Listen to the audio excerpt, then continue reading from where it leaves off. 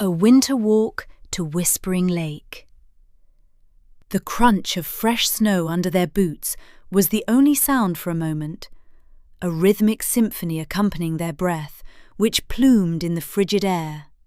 Leo, his small face framed by the fur-lined hood of his parka, peered out from the layers of clothing, his eyes wide with the magic of the morning. Beside him, Buster, a shaggy golden retriever whose enthusiasm for walks was legendary, strained at his leash, his tail a furry pendulum of excitement. "Easy, boy," Tom chuckled, his gloved hand firm on Buster's lead. He adjusted the brim of his wool hat, the cold air already painting his cheeks a healthy red. "Plenty of lake for you to explore." Sarah, bundled equally against the biting cold, smiled, a wisp of vapour escaping her lips. "He's practically vibrating," she observed, her gaze sweeping across the pristine landscape. The world was a canvas of white and muted greys, the skeletal branches of the trees etched against a pale sky. Whispering Lake, usually a shimmering expanse of deep blue, was now a vast, unblemished sheet of ice, its surface reflecting the winter light like polished silver. A thin dusting of fresh snow softened its edges, blurring the line between solid and liquid. "It's beautiful, isn't it, Leo?"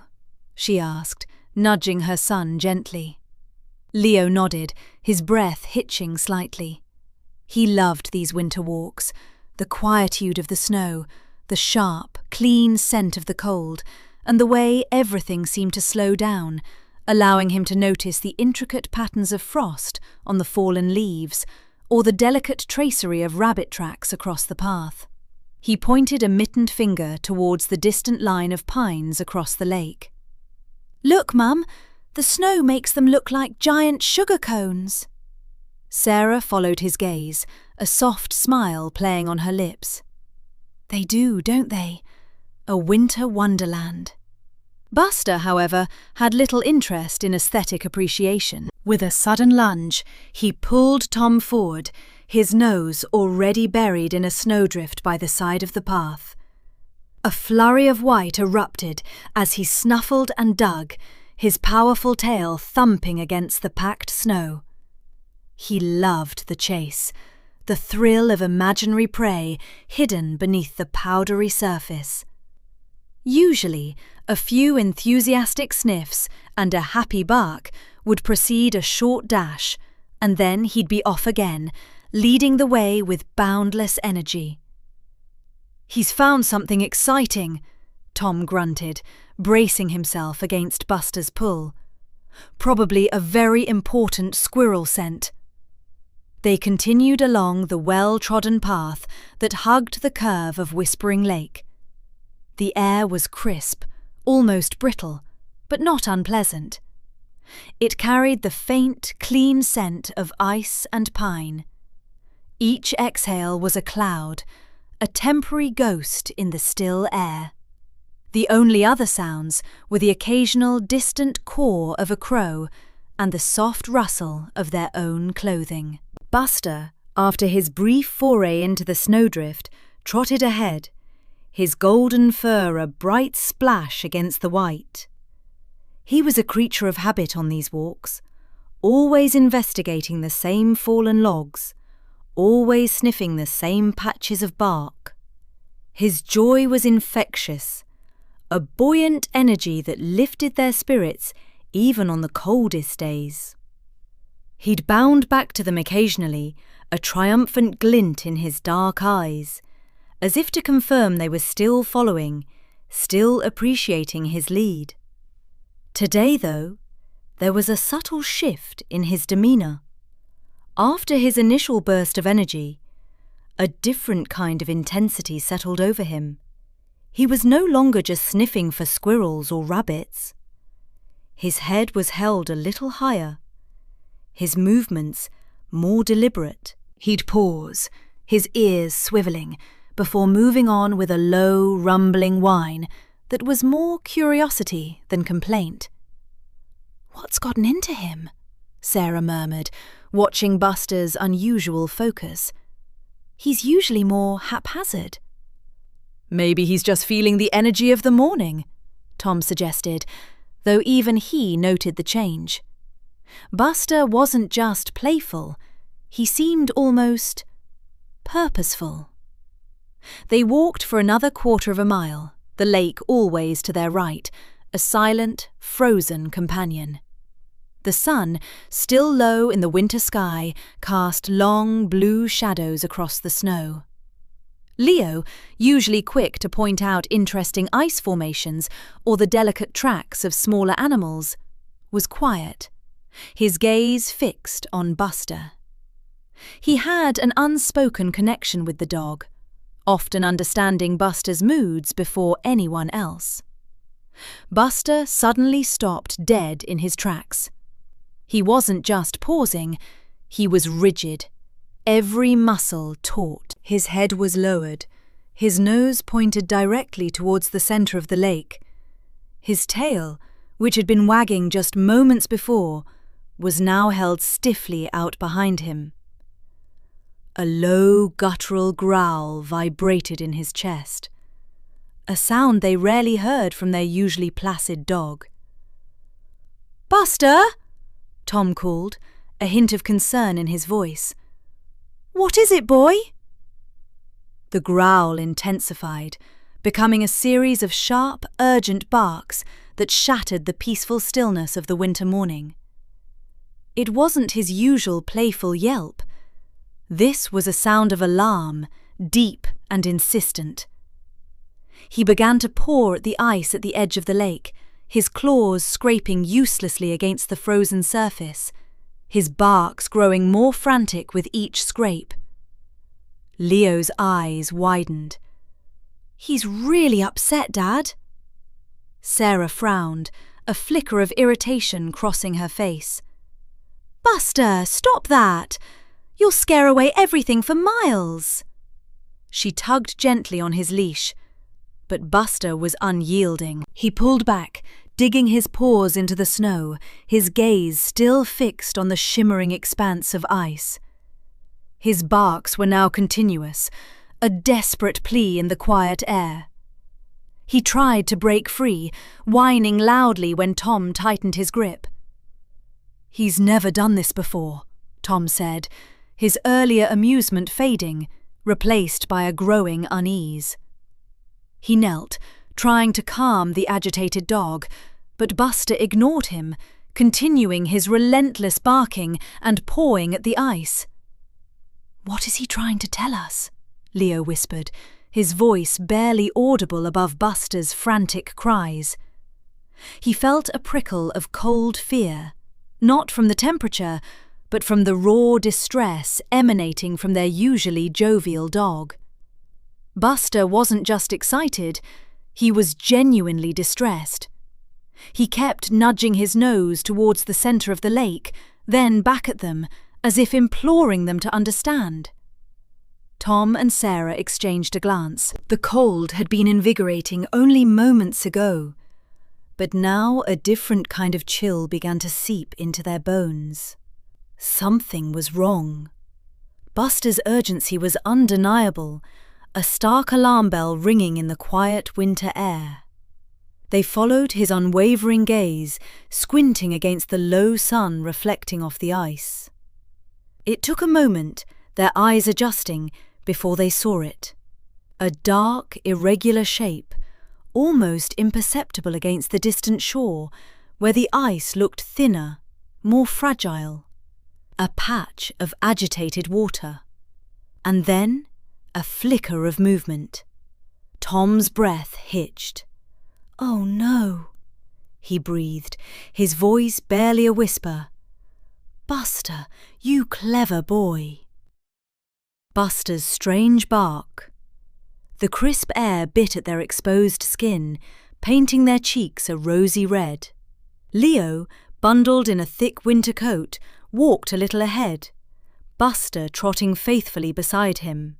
The dog's breath plumed in the frigid air, a steady rhythm against the hushed backdrop of the snow-laden woods. Sarah and Tom followed, their conversation a low murmur, occasionally punctuated by the crunch of their boots on the packed snow. It was a typical winter afternoon, serene and predictable, until Buster stopped. He didn't just halt, he skidded to an abrupt stop, his front paws digging into the snow as if bracing against an invisible force. His head snapped up, ears swivelling, not toward the playful squirrel Sarah half expected, but toward the shimmering expanse of Whispering Lake, now a flat, white canvas under the pale winter sun. A shiver, unrelated to the cold, traced its way down Leo's spine. Buster was never this still, this focused, unless something was truly amiss. Then came the bark. It wasn't his usual joyful woof, nor the playful yaps he reserved for chasing snowballs. This was a low, guttural sound, escalating quickly into a series of sharp, urgent barks that tore through the tranquility. His body quivered, a taut coil of muscle and fur, and a low growl rumbled deep in his chest. He took a tentative step forward, then another, his gaze unwavering from the lake. "Buster, what is it, boy?" Tom chuckled, a sound that lacked its usual easy warmth. He'd seen Buster bark at deer, at squirrels, even at a particularly aggressive leaf, but never with this intensity, this raw, unbridled alarm. "Did you see a rabbit, big guy?"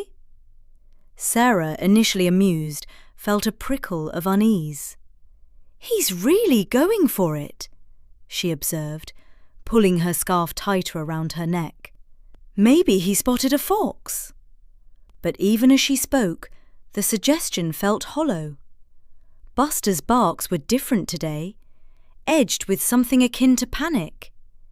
His tail, usually a cheerful pendulum, was stiff and low, a stark contrast to the frantic energy radiating from his small frame. He continued his sharp, insistent barks, now interspersed with frustrated whines, his nose twitching, scenting the air. Leo, usually prone to chatter, remained silent, his small hand instinctively reaching for Buster's fur. The dog's coat felt bristly under his fingers, every hair on end. He knew Buster better than anyone. This wasn't a squirrel or a fox. This was something bigger, something that truly scared his usually unflappable companion. A knot tightened in Leo's stomach. Buster, ignoring Tom's attempts to placate him, began to paw at the frozen ground near the lake's edge, a frantic, almost desperate digging motion. His barks grew louder, more frantic still, punctuated by short, sharp bursts of air from his nostrils. He'd take a few steps onto the ice, then retreat, barking furiously at the lake, as if trying to warn it, or perhaps something in it. All right, that's enough, Buster," Tom said, a note of genuine concern now lacing his voice. He reached for Buster's collar, but the dog wriggled free, his attention entirely consumed by the vast, white expanse. He moved closer to the bank, his barks echoing across the silent lake. His head dipped, sniffing at a patch of disturbed ice. Then he let out a sharp whine, his eyes wide and agitated. Sarah's casual demeanour evaporated completely. The air had grown colder, or perhaps it was just her imagination, but a chill had settled deep in her bones. Buster had never behaved like this, not in all the years he'd been part of their family. His distress was palpable, a raw, almost human anguish. Her gaze followed Buster's, scanning the seemingly unbroken surface of the lake. There, amidst the pristine white, was a darker smudge, a disruption in the seamless blanket of snow and ice. And the water, usually so still beneath its icy lid, seemed to be moving, churning faintly, just beneath that dark shape. Tom's amusement had vanished entirely, replaced by a grim set to his jaw. He knew Buster. This wasn't play. This wasn't excitement. This was alarm, pure and unadulterated. And whatever had stirred Buster into such a frenzy, whatever lay beneath that dark smudge on the ice, was clearly not good. "Buster, come on, boy," Sarah coaxed, her amusement long since evaporated, her voice strained. Her gentle tug on his leash met with an immovable resistance. Buster was rooted, an oak against the wind. His usually light-footed paws were now anchors dug deep into the snow, fueling a frantic, guttural barking that clawed at the quiet, white landscape. A few paces ahead, Leo stopped, turning with a furrowed brow. Their casual stroll had fractured. He watched Buster, his silent scrutiny amplifying the dog's profound distress. Leo knew Buster's repertoire, the playful yips versus this desperate, almost raw plea. A shiver, colder than the biting wind, snaked down his spine. "What's gotten into him?" Tom muttered, jogging to catch up. He still clung to the faint hope of a squirrel or rabbit, a momentary diversion. A placating chuckle escaped him. "Easy, old boy. There's nothing there." But Buster ignored Tom's attempts at reassurance. His barks sharpened, punctuated now by soft, mournful whimpers, sounds Sarah rarely heard, sounds of genuine anguish that settled like a pall over the crisp winter air. He strained against his collar, body trembling, not from cold, but from a frenzied urgency. His gaze remained welded to the distant smudge on the ice, unwavering. Suddenly, Buster's focus shifted. A guttural growl vibrated through his chest as he lowered his head, beginning to furiously paw at the thick ice near the lake's edge. Thump, thump, thump. His front paws, usually so adept at retrieving or digging for buried treasures, now struck the frozen surface with a desperate rhythm. The sound, muffled by the ice, still cut through the afternoon's quiet. Sarah gasped, a sharp, quick intake of breath. "Buster, stop that! You'll hurt yourself!" She tried to pull him back, but his resolve was ironclad. He was no longer merely barking at the lake. He was actively attempting to breach it. The sheer intensity of his actions was unnerving. Tom's face, a moment ago a canvas of mild confusion, hardened into a grim mask. Understanding dawned. This wasn't canine excitement, no playful chase. Buster was trying to convey something, to reveal a truth. His frantic pawing at the solid ice, so close to shore, yet clearly directed at the anomaly further out, connected the disparate pieces in Tom's mind. The faint movement, the dark smudge. Buster wasn't just seeing it. He was instinctively grasping a danger they had yet to fully comprehend. Leo, always the most attuned to Buster's subtle cues, stepped closer to the edge, his eyes narrowing. He bent slightly, peering across the vast expanse of frozen water. The low sun cast long shadows, obscuring details, but Buster's relentless focus was a beacon. The dog's frantic energy proved contagious, a tendril of dread creeping into them all. For a moment, only the rhythmic thump, thump, thump of Buster's paws against the ice resonated, an insistent drumbeat of alarm. It pulled their attention, not just to Buster, but to the object of his desperate efforts, the lake, the ice, the faint, dark smudge that seemed to shimmer with an unsettling, almost liquid quality in the distance. Buster's whimpers grew more frequent, punctuated by sharp, distressed barks.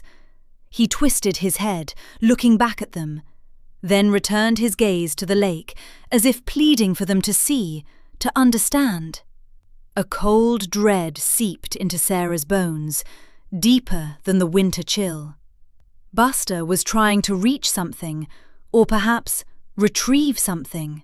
The realization struck her with the force of a physical blow.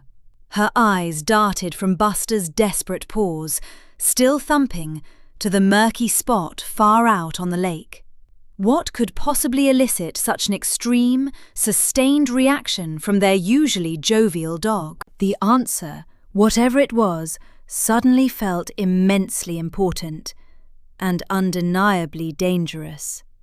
"He's trying to get our attention," Leo finally spoke, his voice low, cutting through the silence that followed Buster's barking. "He's not playing." He took another step forward, his boot crunching on the pristine snow. "There's something out there." "Buster, come on, boy," Tom called, his voice a strained whisper against the wind's mournful sigh. He tugged gently on the leash, hoping to divert the dog's frantic attention. "Leave it, Buster. There's nothing there. Just a funny shadow." But Buster was beyond placating. His barks, once sharp and demanding, had morphed into a desperate, guttural whine, punctuated by frantic whines as he continued to scratch at the unyielding ice. The thick, opaque surface offered no purchase, yet he dug at it with a feverish intensity, his claws grating a harsh rhythm against the frozen expanse. His entire body trembled, not from the biting cold, but from an almost unbearable anguish that radiated from him in palpable waves. His eyes, usually bright with playful mischief, were now wide and bloodshot, fixed on that distant, indistinct smudge. "He's really worked up," Leo observed, her brow furrowed with concern.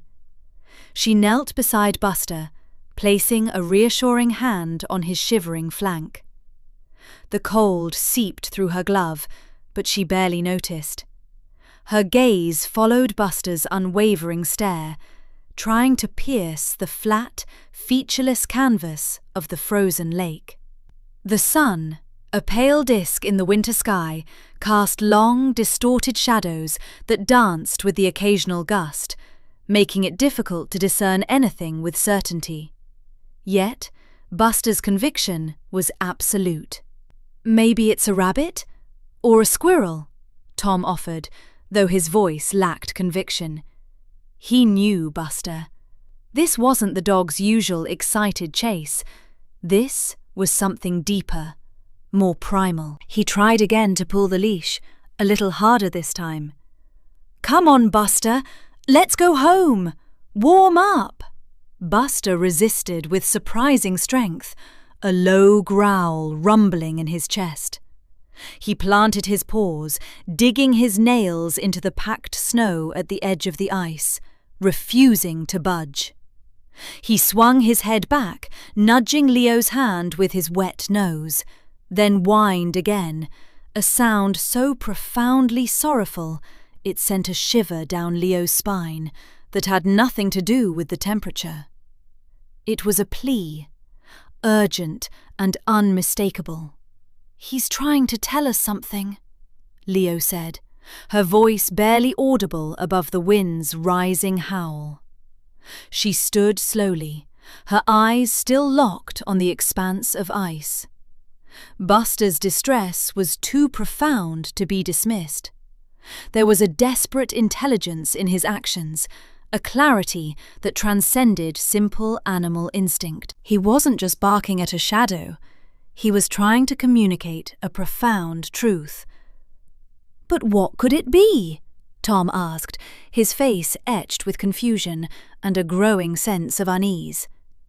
He looked from Buster's frantic efforts to the vast, empty canvas of the lake, then back to Leo. Leo didn't answer. Instead, she took a tentative step onto the ice, the crunch of her boots on the hard surface echoing unnervingly in the silence that followed Buster's momentary pause in barking. The dog immediately renewed his frantic efforts, now interspersed with short, sharp barks, as if urging her forward, guiding her.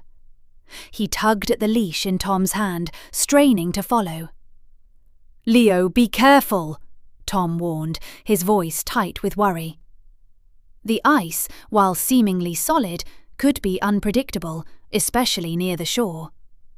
But Leo was already moving, her focus absolute. She walked slowly, deliberately, her eyes scanning the ice ahead, following the invisible line Buster's unwavering gaze had drawn. The wind whipped at her hair, stinging her cheeks, but she pressed on, each step a testament to her growing conviction. The air grew colder, sharper, seeming to intensify the further she ventured from the protective shelter of the trees. The smudge, initially just a vague imperfection on the horizon, began to resolve into something more defined, more unsettling. It was still distant, perhaps 100 yards or more from the shore, but it was no longer merely a trick of light or shadow. It was a shape, dark and oddly angular, a stark contrast against the pristine white of the frozen lake. A knot tightened in Leo's stomach.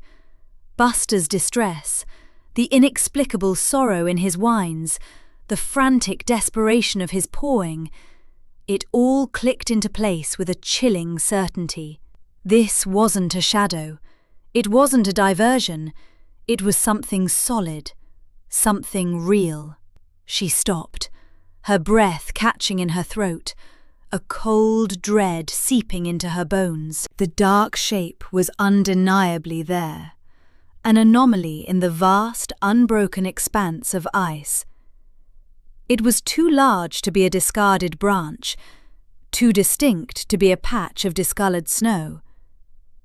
As she stared, a horrifying realization began to dawn on her, cold and stark as the winter landscape itself. The shape. It looked like a head. And then, as her eyes adjusted, a neck, long and slender, protruding from a ragged hole in the ice. A strangled gasp escaped her lips.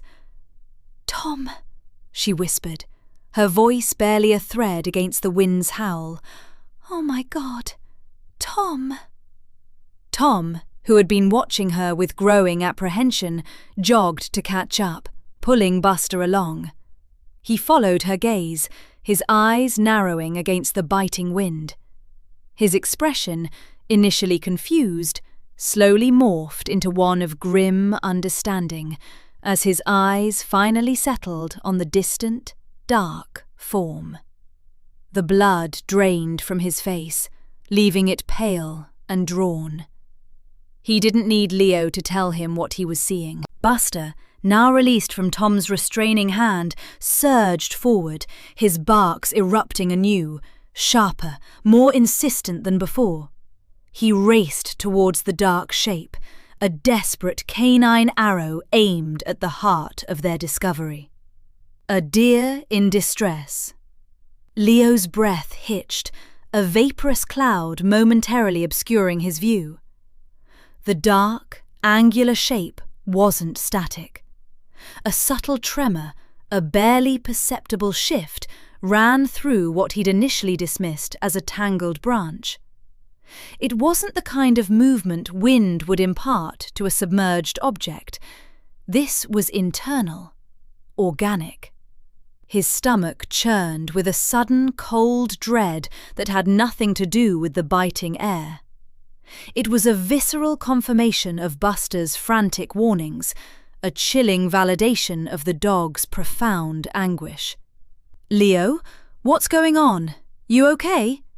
Tom's voice, a little less strained now, but still edged with confusion, carried across the ice. Sarah, her earlier amusement replaced by a frown of concern, stood beside him, her arms wrapped tightly around herself. Buster, no longer a frantic whirlwind, had settled into a low, guttural whine, his gaze fixed on the same point Leo was now staring at with growing horror. Leo didn't answer immediately. His eyes, narrowed against the stark reflection of the winter sun, were locked on the shape. The tremor intensified, a slow, agonizing heave. Then, unmistakably, a flicker of white. A brief glimpse of an eye, wide and wild with terror. It was a head, a living head. "Tom, Sarah, get over here," Leo managed, his voice raspy, barely above a whisper. The words felt heavy, unwilling to leave his throat. Tom and Sarah exchanged a glance, their smiles of strained patience completely gone. Buster's continued distress, coupled with Leo's sudden change in demeanour, had finally pierced through their skepticism. They started forward, their boots crunching softly on the frozen surface, a cautious ballet of uncertainty. Each step brought them closer to the horrifying truth. As they neared, the details sharpened, resolving into an image that punched the air from Sarah's lungs. The dark, angular mass wasn't wood. It was fur, matted and slick with icy water. The tangled branch was, in fact, a young deer, its head and neck straining upward from a jagged hole in the ice. Its eyes, now fully visible, were wide with a primal fear, reflecting the pale winter sky. "Oh my God!" Sarah gasped, the sound thin and reedy in the vast silence of the lake.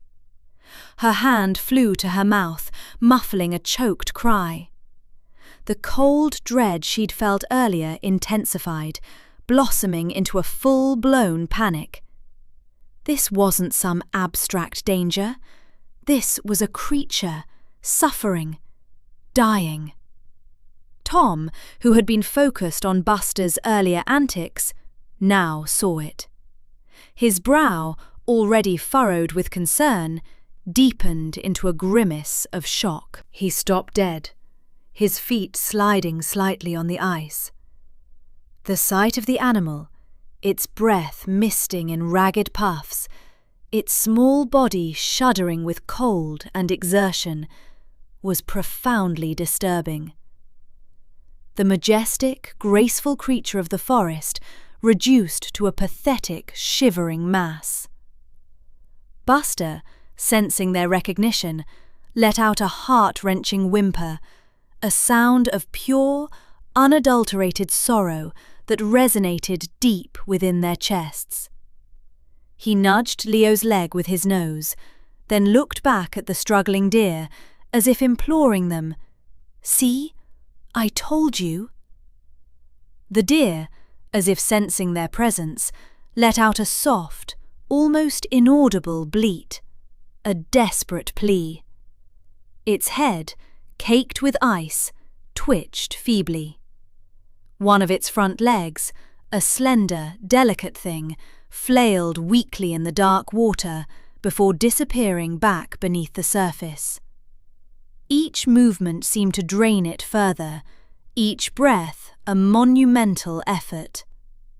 It stuck," Sarah whispered, her voice trembling. The initial shock began to give way to an urgent, terrible awareness of the situation.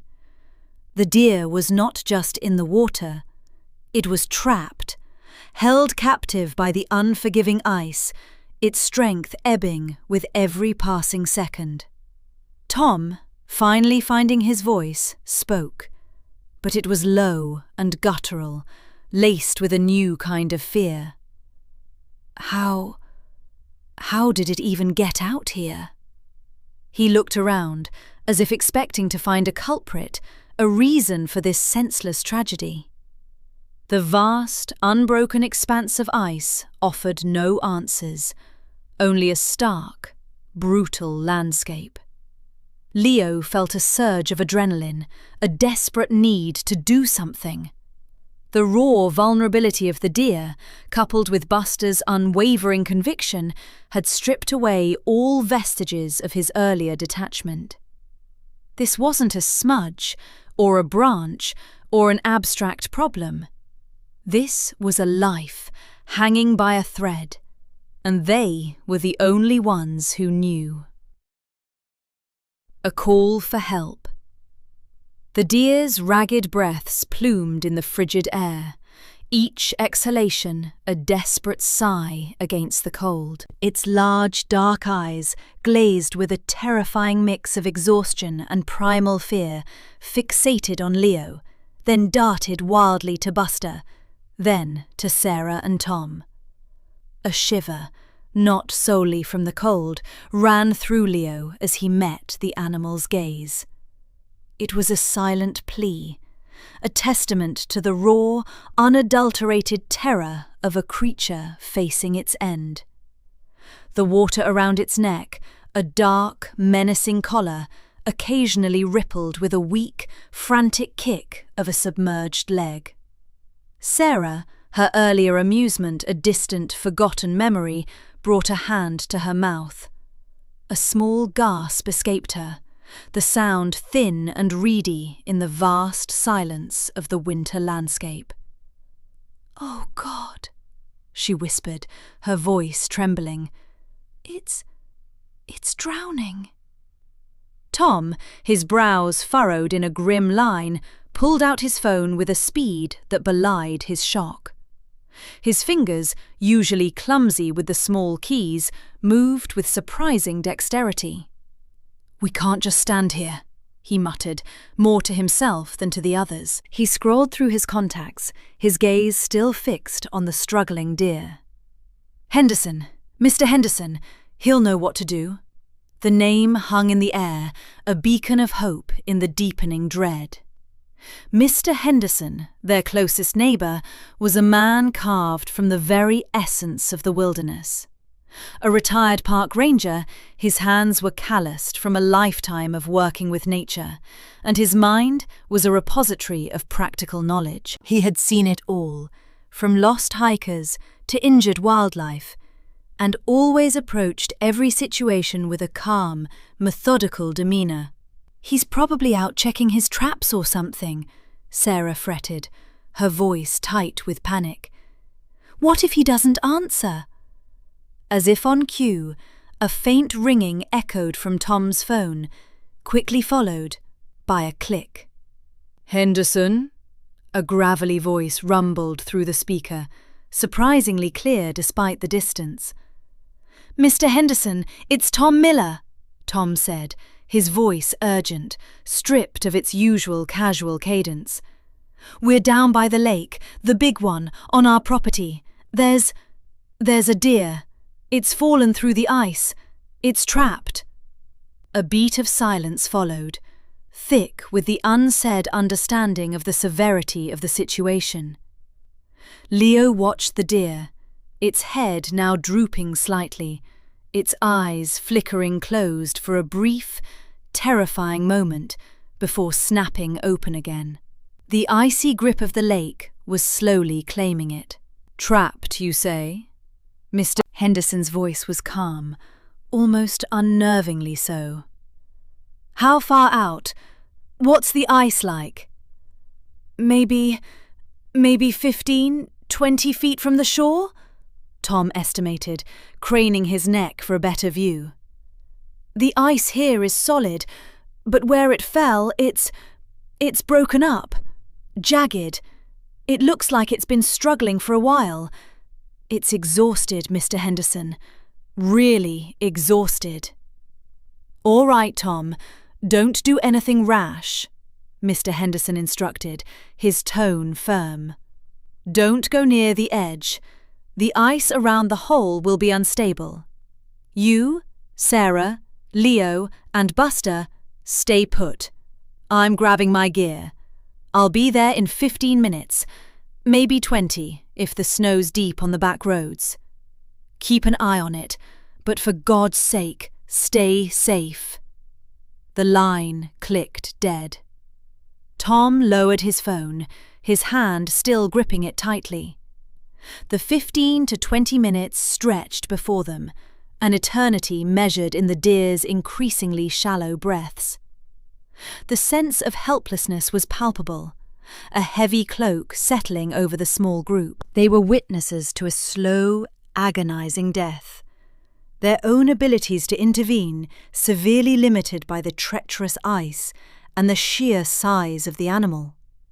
Buster, ever vigilant, whimpered softly, nudging Leo's hand with his wet nose. His gaze, usually so bright and playful, was now clouded with a profound sadness. He understood. He had understood all along. His frantic barks, his desperate pawing at the ice, they were not just warnings, but a cry for help that had, for too long, gone unheeded. Leo knelt beside him, stroking his fur. "We're going to help him, Buster," he whispered, though the words felt hollow even to his own ears.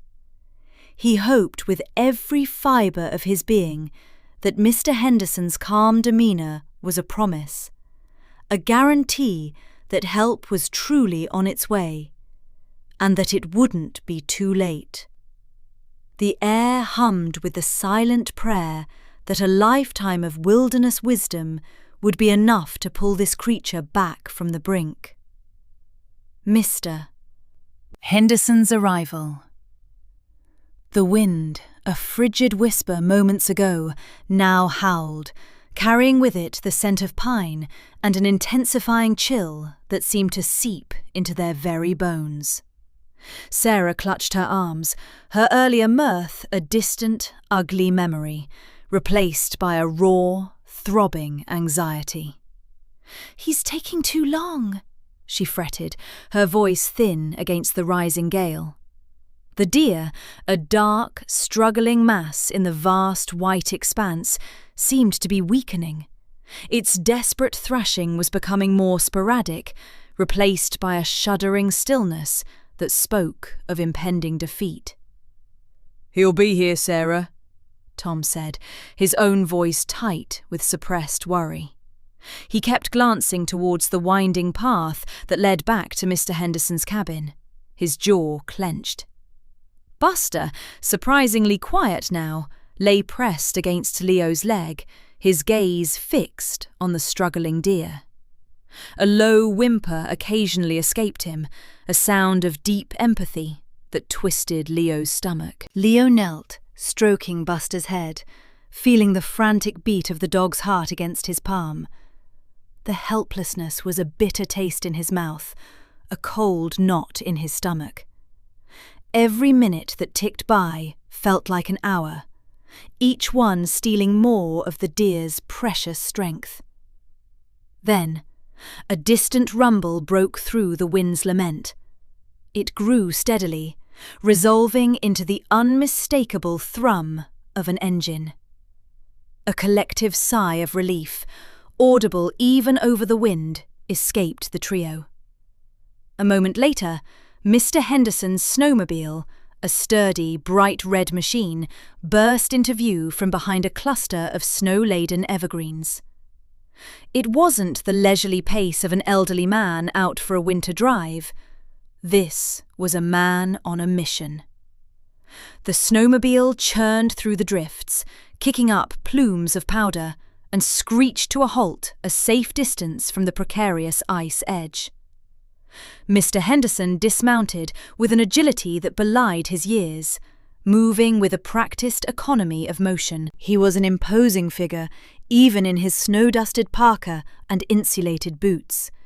His face, weathered by decades of sun, wind, and the quiet contemplation of the wilderness, was set in a grim line.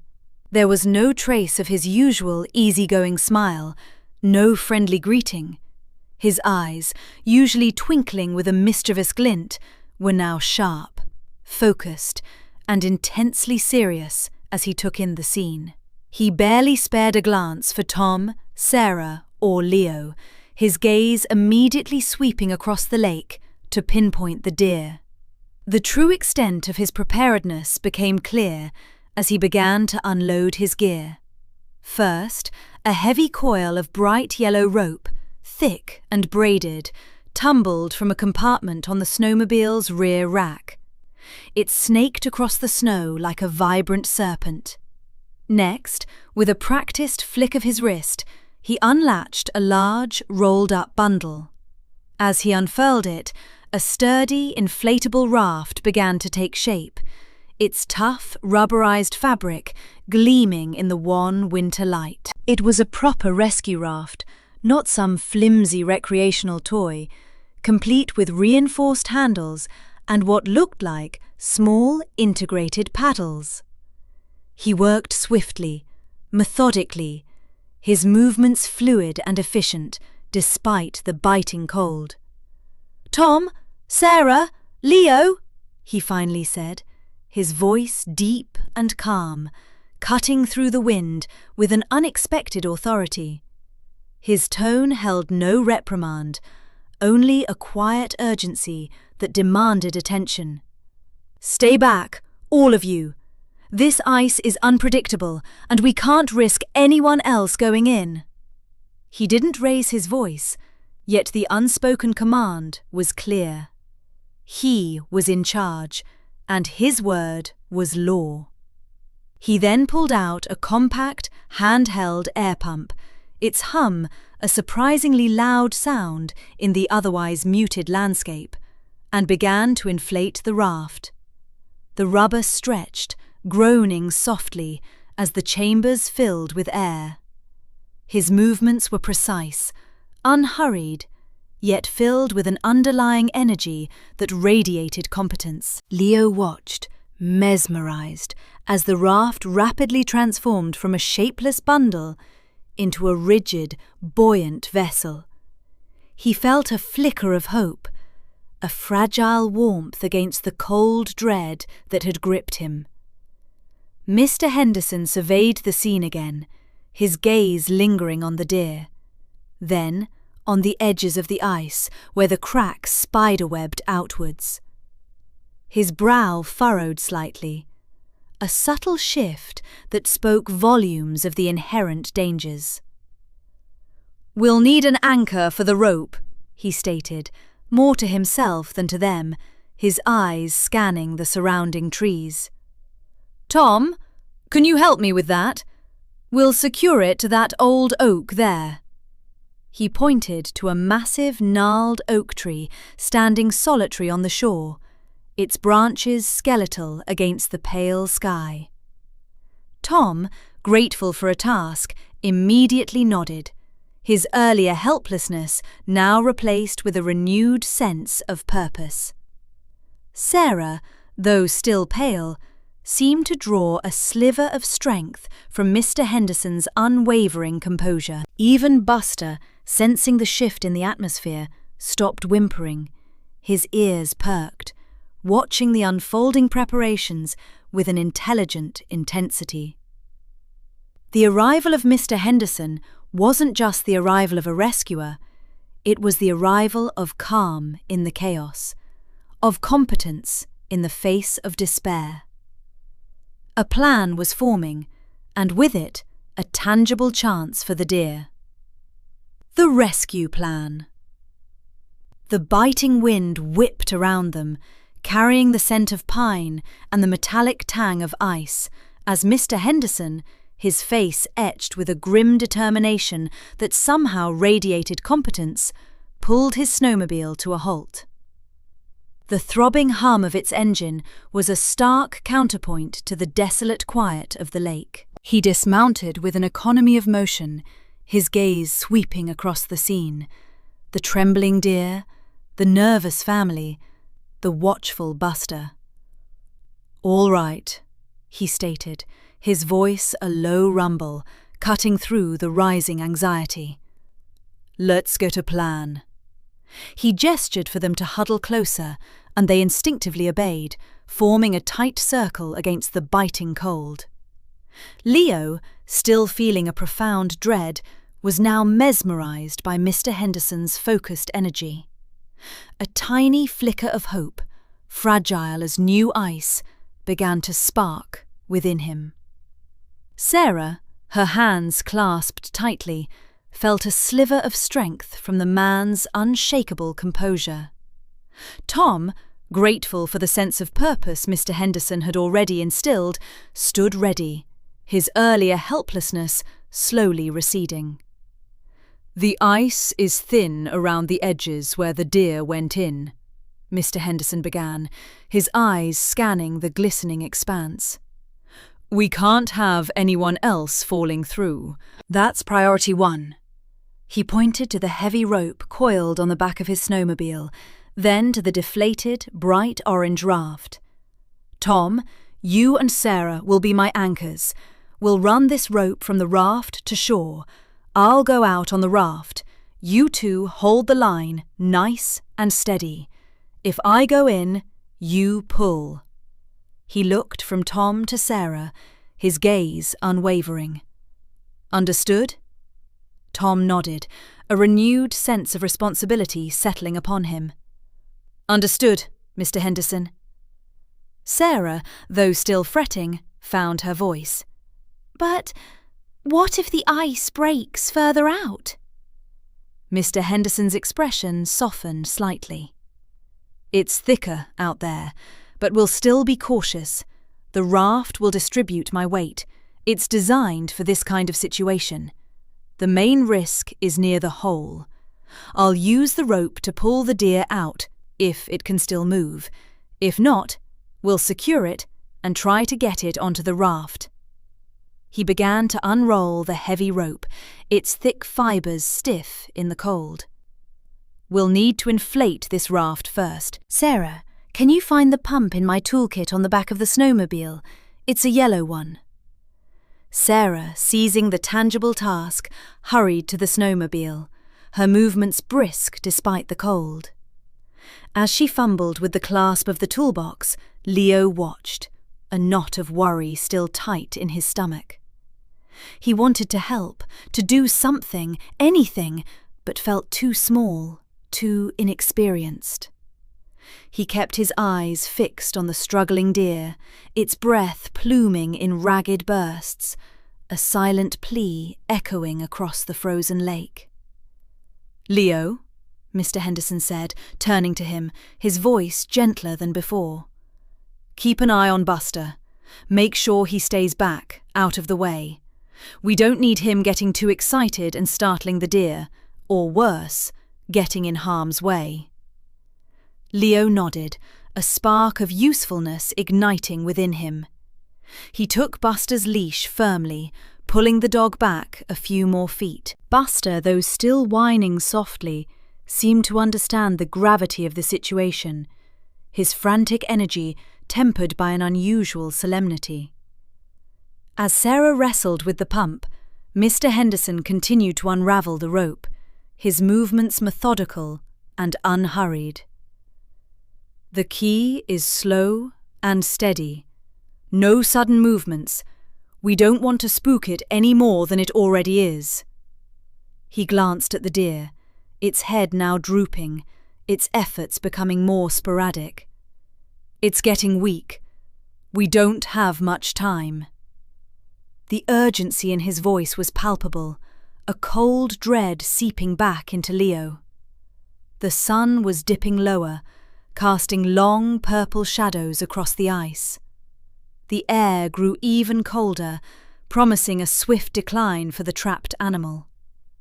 Sarah returned, pump in hand. Tom took it from her, and together they began to inflate the raft, the sharp hiss of air filling the cold silence. The bright orange plastic slowly expanded, taking on the shape of a small, sturdy boat. It looked almost comical against the stark white of the snow, yet it represented their only hope.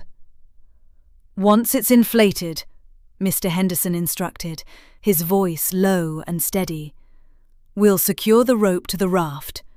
Tom, you'll take the other end, wrap it around that maple tree there." He pointed to a sturdy, gnarled tree at the edge of the shore. "Sarah, you'll stand ready to grab the rope and help secure it if needed. But primarily, keep your focus on guiding Tom with the slack and ensuring the knot holds firm." Sarah nodded, her jaw tight with concentration. Tom, already moving towards the maple, felt a surge of purpose. He would not fail. This deer, this innocent life, depended on them.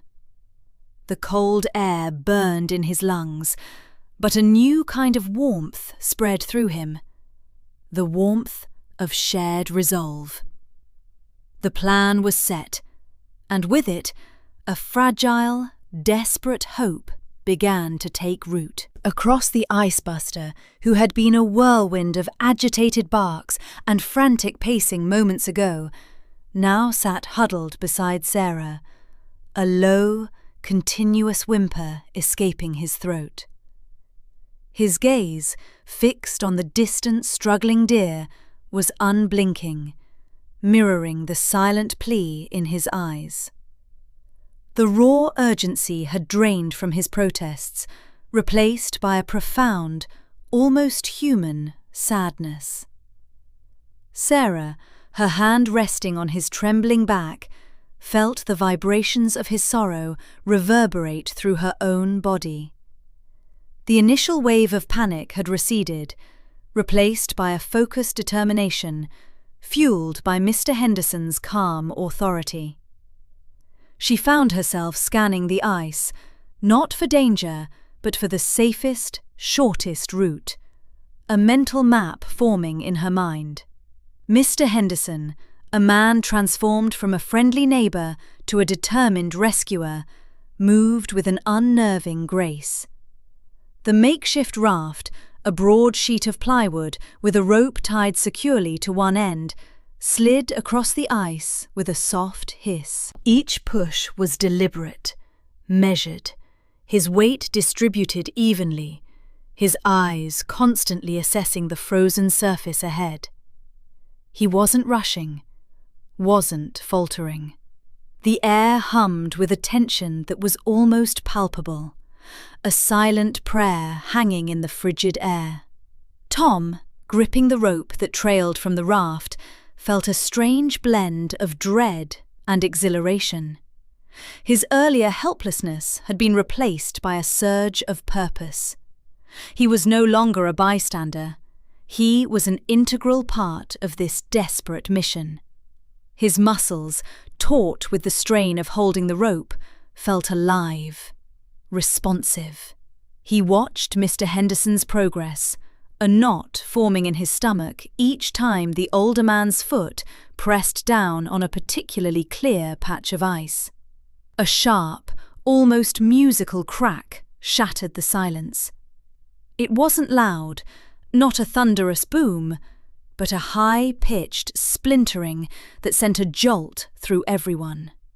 Buster's whimpers hitched, and he pressed closer to Sarah. Leo, whose initial dread had given way to a fragile hope, felt his breath catch in his throat.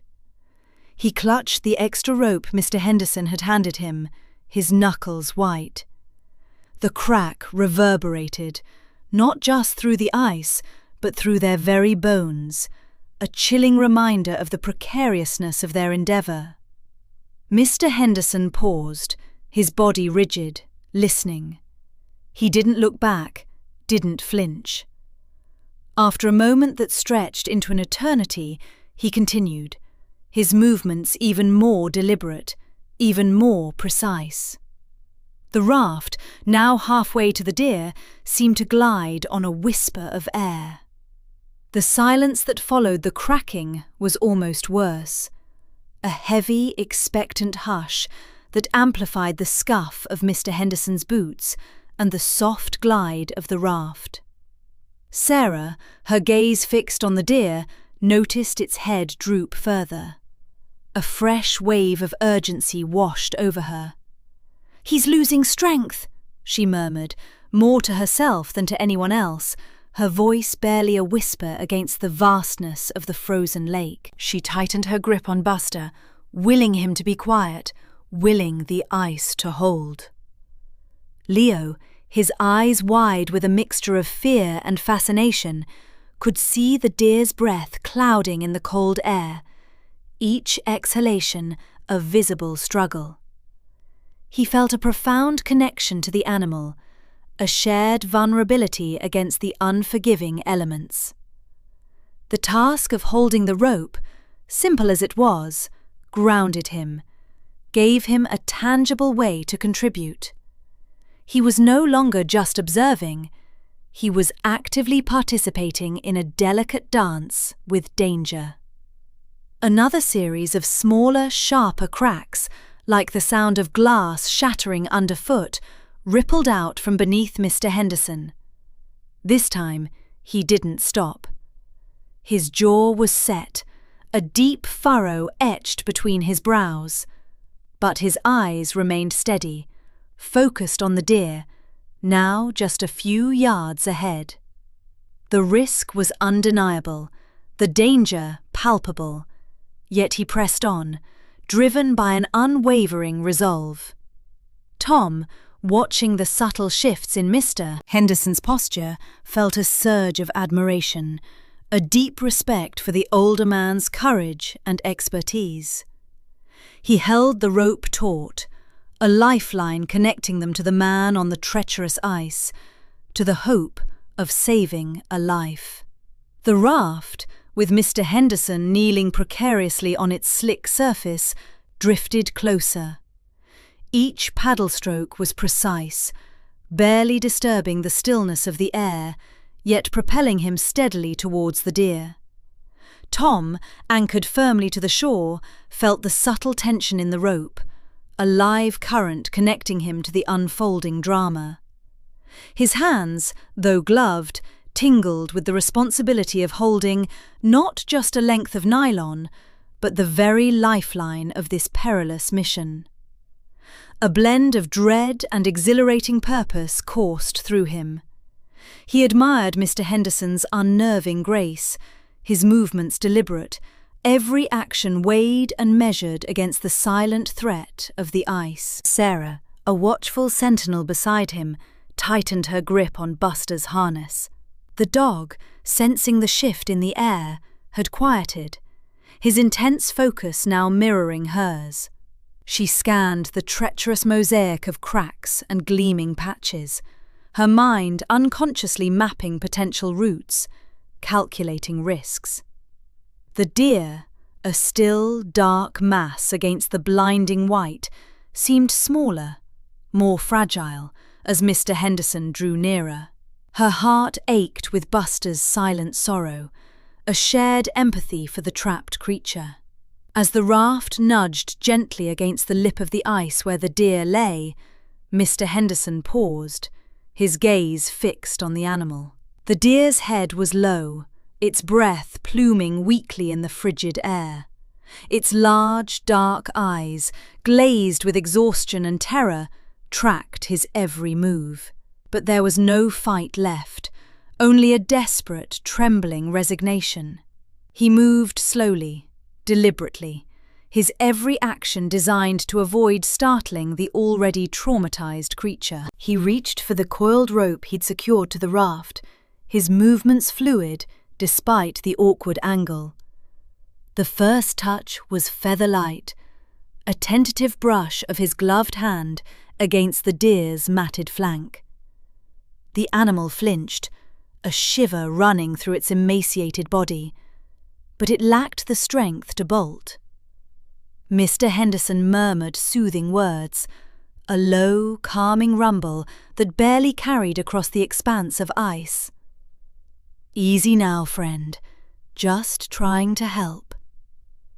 He uncoiled the rope with painstaking care, keeping it low, out of the deer's immediate line of sight.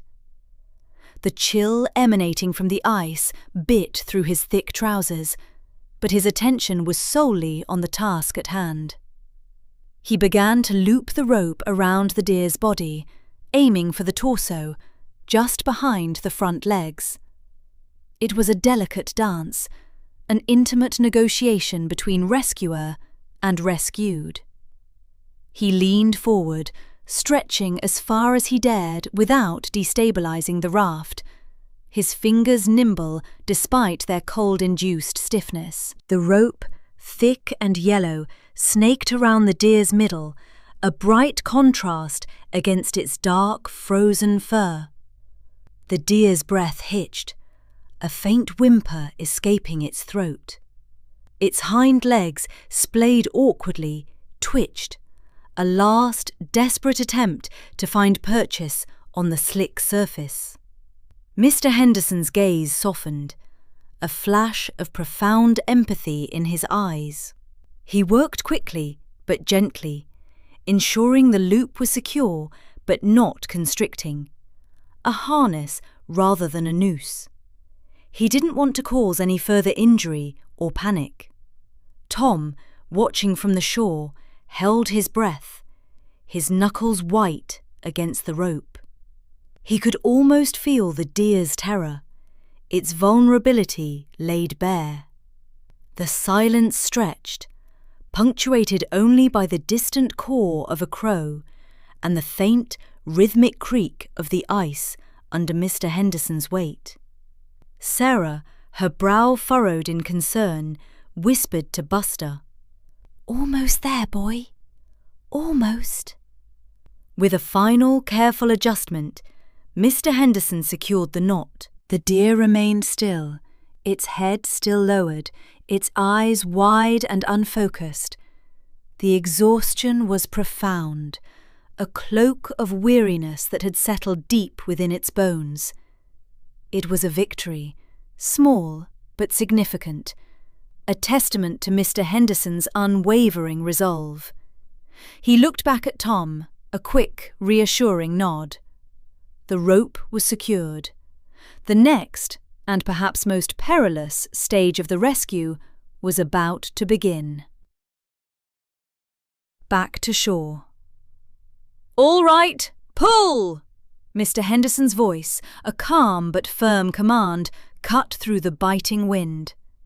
Tom braced his feet against the pebbled shore, the thick rope biting into his gloved hands. Beside him, Sarah, her jaw set with fierce determination, mirrored his stance, her smaller frame taut with effort.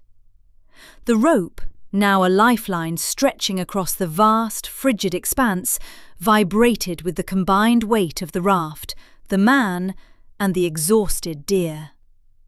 A low groan escaped Tom's lips as he leaned back, every muscle in his back and shoulders screaming in protest. The initial resistance was immense, the raft seemingly glued to the ice. But then, with a subtle shift, it yielded, beginning its slow, laborious journey shoreward. Each inch gained felt like a hard-won victory.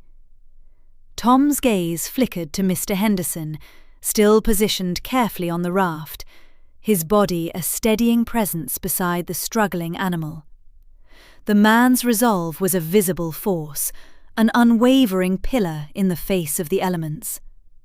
Sarah, her eyes narrowed against the glare reflecting off the ice, focused on the narrow channel Mr. Henderson had meticulously carved. She watched for any hidden dangers, any cracks that might impede their progress, or, worse, jeopardize the deer. Buster, still a bundle of agitated fur, whimpered against her side. She tightened her grip on his collar, her heart aching with his palpable sorrow for the creature on the ice. The deer, a fragile bundle of brown fur and bone, shivered violently, its large, dark eyes fixed on the shore, with a mixture of fear and perhaps a glimmer of understanding. A soft, almost imperceptible sound, like a weak sigh, drifted across the ice, a testament to its fading strength, but also, strangely, to its acceptance of their strange, cold help. Leo, his small hands gripping the extra coils of rope, felt a profound, almost primal connection to the deer. The animal's shivering seemed to mirror his own internal tremor of fear and fascination. He kept the slack managed, ready to feed more rope if needed, his small act a vital link in the chain of their shared effort. The frigid air nipped at his exposed cheeks, but he barely noticed, his entire being consumed by the slow, painstaking progression. Tom grunted again, adjusting his grip.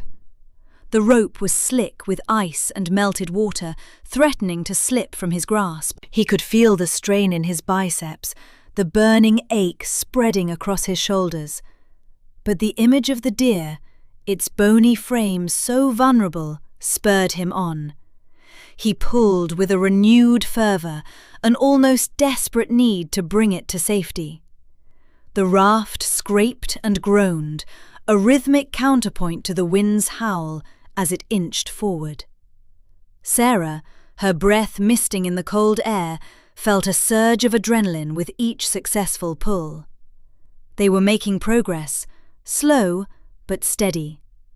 The distance between the raft and the shore, initially daunting, was gradually diminishing. Her gaze was glued to the deer, its head now slightly raised, its nostrils flaring as if catching the scent of dry land. She imagined the warmth of a blanket, the comfort of solid ground beneath its trembling hooves.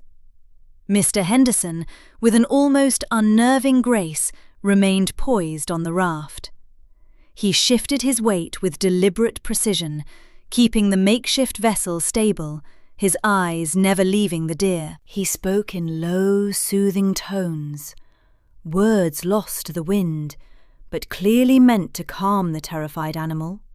His unwavering resolve was infectious, a quiet confidence that permeated the frigid air and bolstered the family's flagging spirits. The sounds of the deer grew slightly stronger now, a series of weak bleats, each one a testament to its exhaustion, yet also a plea for help. Tom felt a blend of dread and exhilaration, the weight of the rope in his hands a tangible connection to the creature's fate. He was no longer just a spectator. He was an integral part of this desperate mission. He found himself admiring Mr. Henderson's calm competence, his ability to orchestrate such a daring rescue with such quiet efficacy. With a final concerted effort, the front of the raft grated against the icy edge of the shore. Tom and Sarah stumbled forward, released from the tension of the rope, their muscles trembling with exhaustion. Leo immediately dropped the extra rope and rushed to his father, a silent plea in his wide eyes. The deer, still shivering violently, lay motionless on the raft, its eyes wide and unfocused. They had done it. They had brought it back. The air, thick with relief and the metallic tang of fear, suddenly felt a little warmer. Warmth and comfort. The raft scraped against the icy bank, a sound like a giant fingernail dragging across a blackboard, and then settled with a final, shuddering sigh. Tom, muscles screaming in protest, released his grip on the rope, his hands raw and aching. Sarah, too, let go, her breath coming in ragged gasps, but her eyes never left the deer. It lay motionless on the raft, a fragile bundle of brown fur and bone, its chest rising and falling with agonizing slowness. "We're here." Mr. Henderson's voice was a low murmur, a balm to the strained silence. He gently stroked the deer's neck, a gesture of reassurance that seemed to calm the wild creature more than any human logic could. Just as the full weight of their exhaustion threatened to pull them under, a new figure appeared at the edge of the clearing. It was Mrs. Davis, a small, bustling woman from next door, her arms laden with a stack of thick wool blankets. Steam rose from a thermos clutched in her other hand. "I saw what was happening," she called out, her voice a warm, concerned hum in the cold air. "My goodness, that poor thing!" Sarah moved forward, grateful for the unexpected support. "Thank you, Mrs. Davis. You're a lifesaver." "Nonsense, dear. Just doing what anyone would do." Mrs. Davis bustled towards the raft, her eyes wide with a mixture of pity and admiration. "Let's get these around it, quick! It must be frozen solid." With practiced efficiency, Mr. Henderson, still on the raft, carefully manoeuvred the first blanket. Its soft, patterned wool contrasted sharply with the deer's matted fur. Tom, despite his fatigue, reached out to assist, gently lifting the deer's head as Mr. Henderson tucked the blanket around its shoulders. Sarah joined in, her fingers brushing against the deer's shivering flank. It felt like a bag of cold stones. Leo, who had been standing a few feet back, holding the coiled spare rope, now crept closer.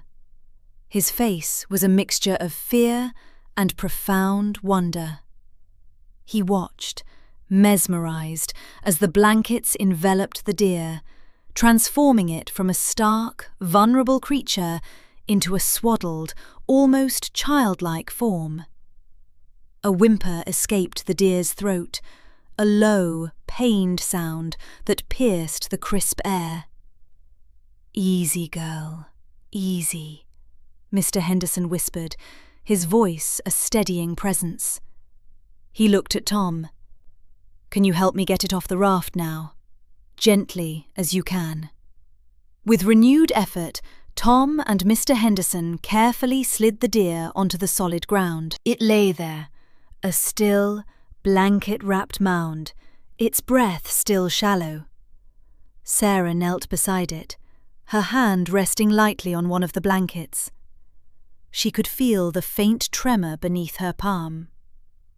Mrs. Davis uncapped the thermos, a wisp of steam curling into the frigid air.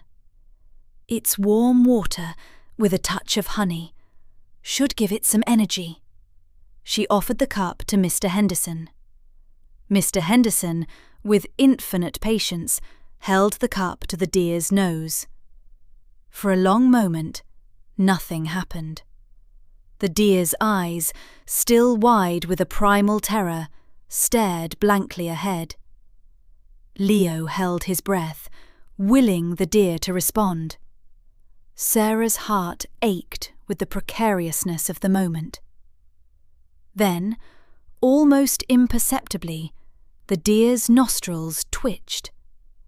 A faint, sweet scent seemed to penetrate its fear-fogged senses. Mr. Henderson tilted the cup slightly, letting a tiny trickle of water touch its lips. A gasp, and then a hesitant lick. Another. "That's it," Mr. Henderson encouraged, his voice barely above a whisper. "Just a little."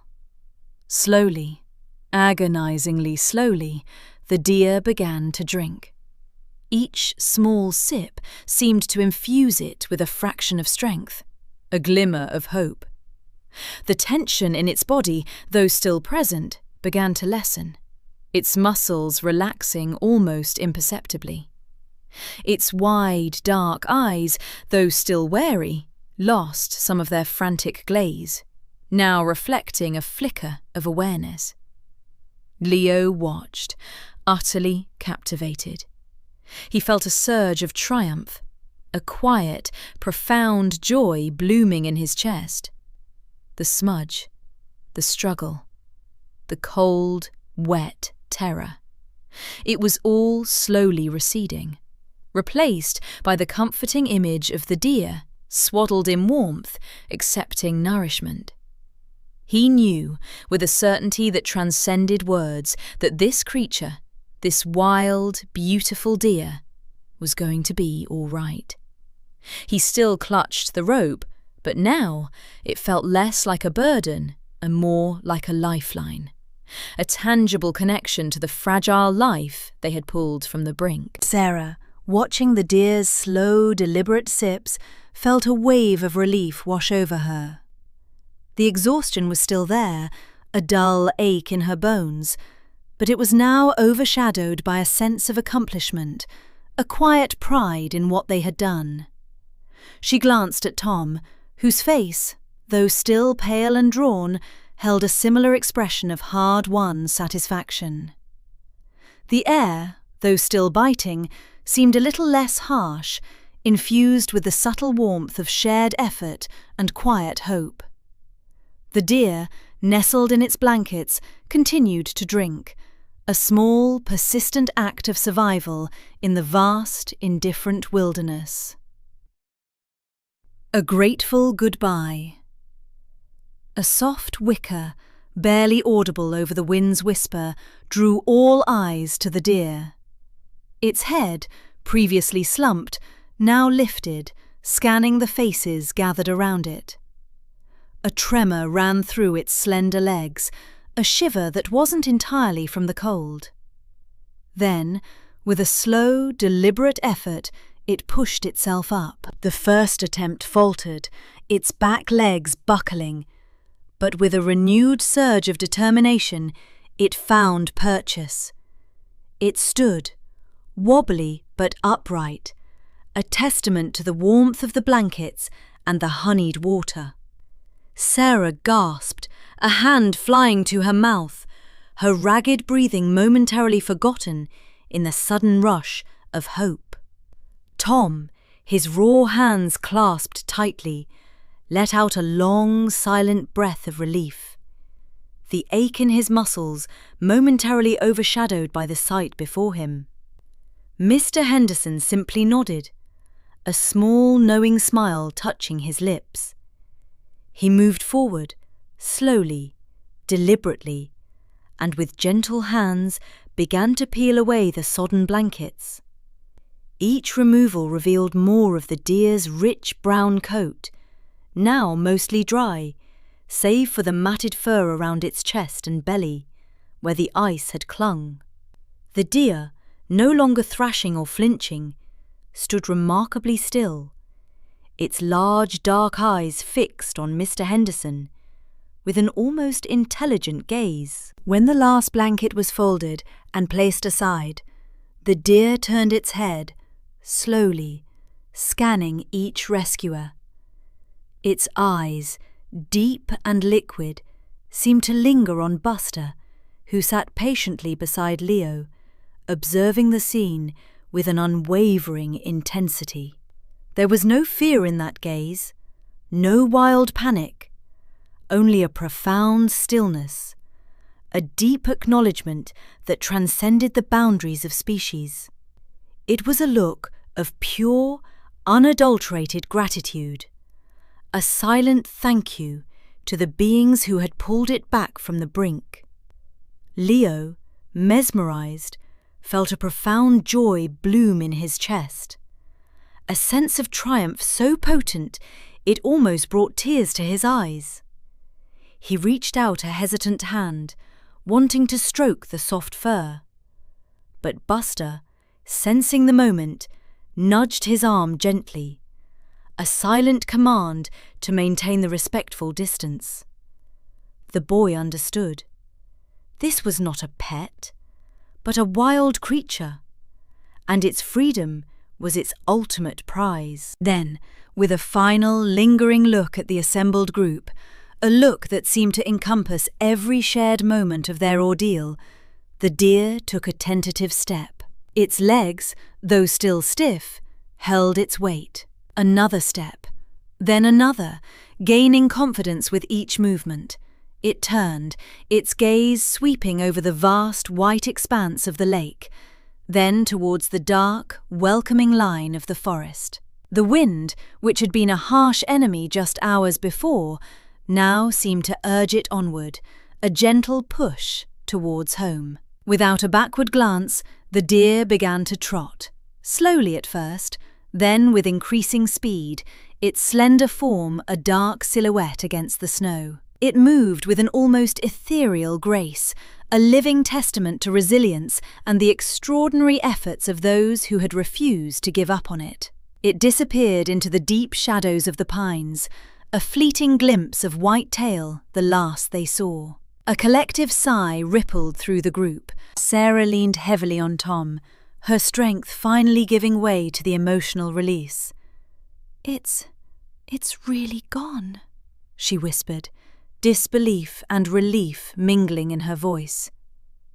"It'll be all right," Mr. Henderson said, his voice calm and reassuring, already coiling the rope he had used.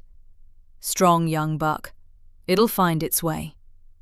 He looked at Buster, a genuine warmth in his eyes. "Good boy, Buster. You did well." Buster, as if understanding every word, wagged his tail once, a slow, satisfied thump against the snow. He then turned his head, his soft muzzle nudging Leo's side.